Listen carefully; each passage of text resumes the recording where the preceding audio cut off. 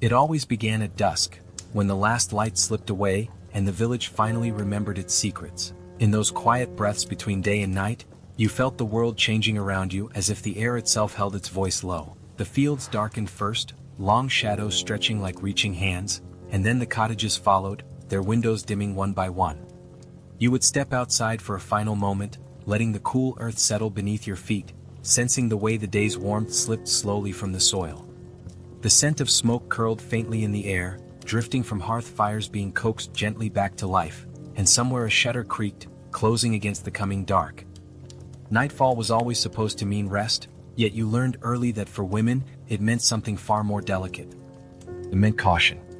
It meant silence. And above all, it meant stepping carefully around the unwritten rules that shaped every breath you took after sunset. Curfews were not always spoken aloud. They were understood, passed quietly from mother to daughter. You knew when to bring in the water, when to lock the door, when to withdraw from the small square before any night watchman could question your purpose. Even the neighbors watched closely, their eyes following softly, not out of kindness but from habit, from a belief that a woman's place shifted the moment the sun touched the horizon. When it grew so quiet. But why did the quiet hours worry women more than the busiest days? Perhaps because silence had its own sharp edges. You could hear everything, the distant bark of a dog, the soft groan of timber settling for the night, or the hurried footsteps of someone who didn't want to be seen. And in that stillness, you felt how easily the smallest misstep could turn into punishment, not the loud kind dealt by courts or constables, but the quieter forms that came from those closest to you. A father's disappointment, a husband's withdrawn voice, a neighbor's whisper. These were the punishments that truly shaped your evenings. They came without warning, without ceremony, slipping into your life like a cold draft under the door. You knew better than to let your candle burn too long, better than to linger outside after the men returned home, better than to be seen speaking where you shouldn't. Every choice felt heavier in the dark, as though the moon itself judged you from above. And yet, the village had a rhythm to it, a pattern you learned to read. Windows dimmed, doors shut, and the last voices faded into murmurs behind wooden walls. You always listened for those final sounds, the thud of a bar lowering into place, the faint rustle of straw as animals settled, the sigh of wind threading between thatched roofs. These were the markers of safety, or the closest thing to safety a woman could trust. But even with those small comforts, you never forgot the unspoken truth. That night belonged to others, and you moved within it by their permission. So you followed the rituals passed down through generations. You swept the hearth, checked the latch, whispered a short prayer over the cooling embers. And as you prepared for the long stretch of darkness, you understood how many women before you had lived this same careful pattern, holding their fears quietly within them. And in that reflection, you felt a strange companionship, as though their footsteps still echoed softly beside your own. Night was never truly silent. It carried the weight of every unspoken rule and every careful breath. If you enjoy these immersive glimpses into forgotten lives, feel free to subscribe so you don't miss the next quiet journey into history. May the night settle gently around you as you rest and find a little peace tonight. It was after sunset that the true shape of a woman's duties revealed itself, settling over you like an invisible cloak only you could feel. The men believed the day ended when the fields darkened and the tools were hung. But for you, the night carried its own demands, quiet, precise, and always expected. You learned early that the fire must never be allowed to fade completely, that its glowing heart was a measure of your worth. So you knelt before it, coaxing the embers with careful breaths until the flame rose gently, steady enough to last until morning. The simple act felt like both duty and shield, a promise that the household would remain warm and orderly. There was a rhythm to these nightly tasks, a choreography no one taught aloud yet every woman knew. You moved through the cottage in deliberate motions, checking the door, storing the food, sweeping stray grains from the floor, folding cloths so nothing appeared in disarray. Disorder hinted at negligence, negligence at disrespect. Respect was a currency, and women held so little of it that every thread mattered. Even silence became part of the ritual. After sunset, you were expected to speak softly, answer promptly, and keep your voice from rising above the crackle of the fire. The fear of being noticed lingered like a thin mist in every corner of the house. A misplaced sound, a pot set down too firmly, a door closed too quickly, could spark questions. Why were you awake? Why weren't you finished? Why did you seem restless? You grew skilled at anticipating these unspoken doubts, adjusting your movement to avoid the weight of a stare you did not want to earn. For a medieval woman, attention was rarely a blessing. Deviation from these rules brought punishments that did not need to be named. A cold stare across the table could silence you for an entire night. A withheld bowl of broth reminded you that comfort was conditional. Sometimes, you were asked to sit alone on the wooden bench outside, listening to the nightbirds while the household ate without you.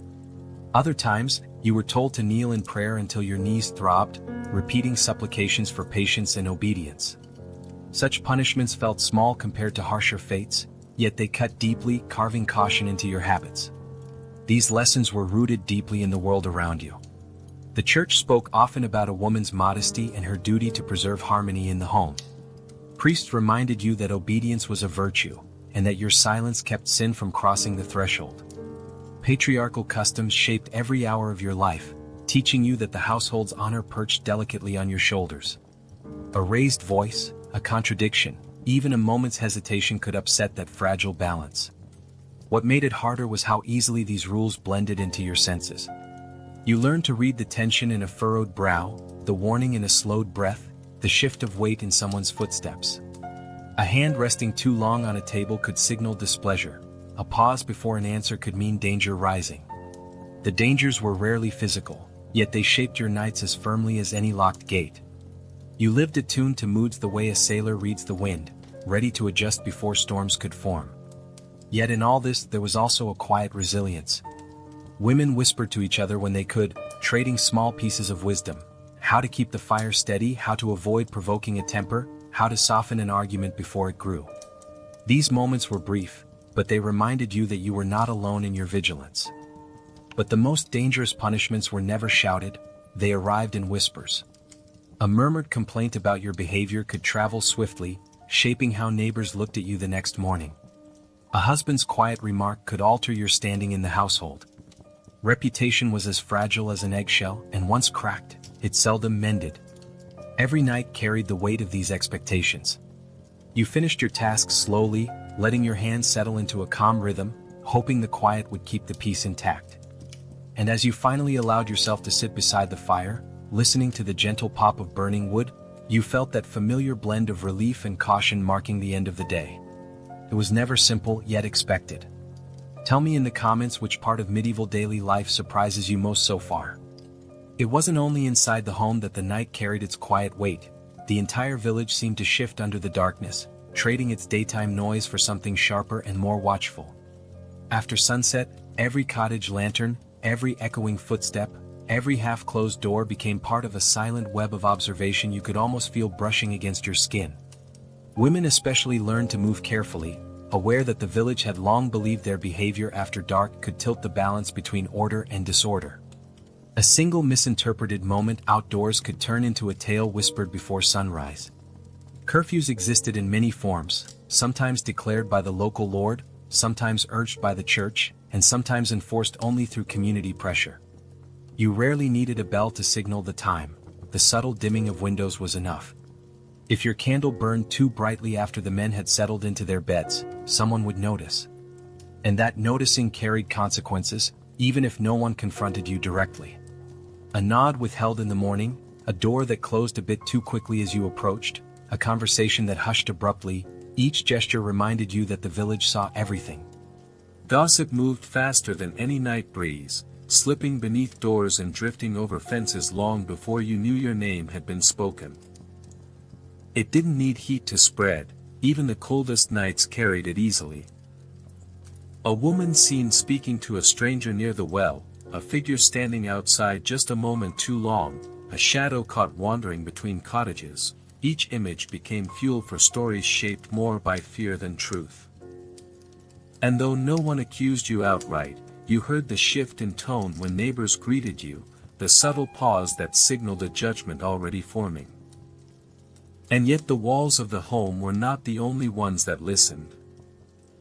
The night watch patrolled the narrow lanes with lanterns that cast long trembling bands of light, ready to question anyone who stepped outside without reason. Their authority was quiet but absolute. They decided whether you belonged in the darkness. Even from your window, you felt their presence, the crunch of their boots pressing into your nerves. If they ever paused near your door, your breath stilled. A single knock could reshape your reputation, even if no words were exchanged. Silence itself could condemn you. The church added its own gaze to the night, not always visible but always near. Priests reminded the village that darkness invited temptation, and temptation often wore a woman's face. So if a dispute broke out after sunset, if a drunk man wandered home singing too loudly, if livestock strayed from their pens, some would wonder aloud which woman had stirred unrest. These suspicions rarely erupted into outright accusation, yet they clung to you like the scent of smoke, lingering long after you tried to brush them away. Morning punishments were often prepared during these quiet hours. A bucket placed outside someone's door, a garment hung where all could see, a broom left deliberately against a threshold, each spoke loudly without sound. These gestures marked a woman as careless, disobedient, or troublesome. And though such symbols were small, they shaped how the entire community treated her. You lived with the knowledge that a single misread action could invite these silent judgments, and that once they began, they were slow to fade, lingering in every sideways glance. Even the natural sounds of the night carried warnings for you. A hurried step outside might signal someone searching for trouble, or someone hoping to avoid it. If those steps slowed near your home, your heart beat harder, waiting for them to pass. A gentle tap could mean a neighbor seeking help, but it could just as easily be someone bearing judgment. And when you glimpsed a candle glow from another cottage long after curfew, you felt a shiver of sympathy, knowing that another woman was likely fighting her own quiet battle. In these shared struggles, you found a muted bond, a sense that every woman carried the same fragile fears. If this calm journey through history helps you sleep a little easier, you can support the channel by liking the video right here tonight. It was behind closed doors that the quietest punishments waited, hidden from the eyes of the village yet shaping your nights more strongly than any public judgment could. These punishments did not rely on force or spectacle, they lived in the small, controlled spaces of the home, where a woman's voice carried little weight. Sometimes you were told to kneel on scattered grain, the hard kernels pressing into your skin until your legs trembled. Other times, the fire was allowed to fade so the room grew colder, reminding you that warmth, like comfort, was something that could be taken away without a word. Silence itself became a tool, sharper than anger. A single day without being spoken to felt longer than any shouted argument. You felt the quiet settle into your bones, filling the space where comfort should have been. Food could be withheld in the same way, not violently, but through a simple omission, a bowl placed farther from your reach, a serving quietly reduced. These gestures were small yet unmistakable, carrying the message that obedience was expected, and anything less demanded correction. There were evenings when you were told not to leave the cottage, confined by nothing more than a pointed glance or a softly spoken order. Movement became a privilege rather than a right, each step carefully measured to avoid stirring frustration. At times, prayer was used as both guidance and punishment. You might be instructed to kneel by the bedside, whispering psalms long after your legs numbed, repeating words meant to purify the spirit but often used to discipline the body. But the night held an even quieter danger, the fear of being forgotten behind a closed door. The fear that your emotions, your needs, your exhaustion mattered so little that no one would notice if you remained kneeling or waiting or shivering longer than intended. That fear settled deeper than any sharp rebuke, settling beneath your ribs like a cold stone. These punishments existed not because you were cruelly singled out, but because the world allowed them. The household structure placed authority firmly in the hands of men or elders, and the law offered little protection for women facing emotional or domestic discipline. Cultural expectations reinforced the belief that harmony depended on your compliance, and any challenge to that order, even a quiet one, required correction. Obedience was seen not as a choice but as a moral duty. Yet even in these moments, you searched for small spaces of strength. You listened to the echo of your own breathing, steadying yourself against the chill. You learned to rise slowly after long moments of kneeling, to warm your hands at the embers even when warmth was meant to be denied. And in these gentle acts of resilience, you held on to the truth that your spirit remained your own, even when your movements did not. If you'd like more gentle explorations like this, you're welcome to subscribe for future stories. Thank you for listening and resting with these quiet echoes of history tonight. And by dawn, every woman learned which parts of her story she could tell, and which she had to carry alone. In those early moments, when the horizon softened and light slowly unfurled across the fields, the world felt gentler, as if night's weight finally loosened its hold. You rose quietly, stretching stiff limbs, letting the cool air brush your cheeks while the embers whispered behind you. Though the night had demanded caution, dawn reminded you that resilience lived within small, steady choices. Each morning you gathered yourself piece by piece, carrying both fear and quiet strength into the day. You learned to read the world with tender awareness, trusting your instincts even when your voice remained hushed. Silence had shaped your nights, but it never fully stole your spirit. You found comfort in simple rituals, smoothing the blanket, pouring water, greeting the sun with one soft breath. These gentle acts reminded you that endurance was not loud, it lived in the quiet corners of your heart. And as the village stirred awake, you felt the shared resilience of countless women across generations, each holding her own unspoken stories, each surviving in ways history rarely names. Their courage flowed into your own, reminding you that even in silence, strength could grow like morning light spreading through a darkened room. Understanding their past allows us to hold their experiences with deeper compassion, letting their shadows teach us gentleness today. If this story gave you a peaceful glimpse into the past, I'd love for you to join me for more quiet histories. Subscribe, and rest well tonight. As you step into the warmth of the new day, remember that every quiet breath you take carries the memory of women who endured, hoped, and continued forward, even when the world felt heaviest upon their shoulders.